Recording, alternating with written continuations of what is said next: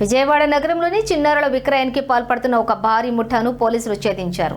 అందిన ముందస్తు సమాచారంతో దాడులు నిర్వహించిన విజయవాడ పోలీసులు ఈ దందాలో ఆరితేరినటువంటి 10 మంది నిందితులను అరెస్ట్ చేశారు. నిందితుల చెరలో ఉన్న 5 చిన్నారులను పోలీసులు క్షేమంగా రక్షించారు.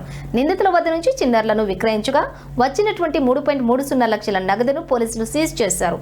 ఈ ముఠాలో మహిళలు కూడా ఉన్నట్లుగా తెలుస్తోంది.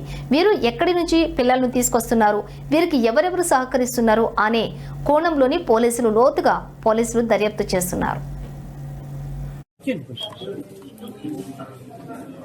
తమ్ముడు నన్ను దిగనివ్వట్లేదు, నన్ను తప్పుతుంది.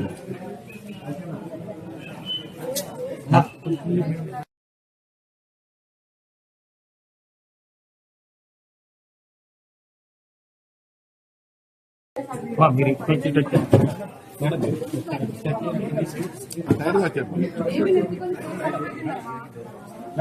మేడం మీరు పక్కన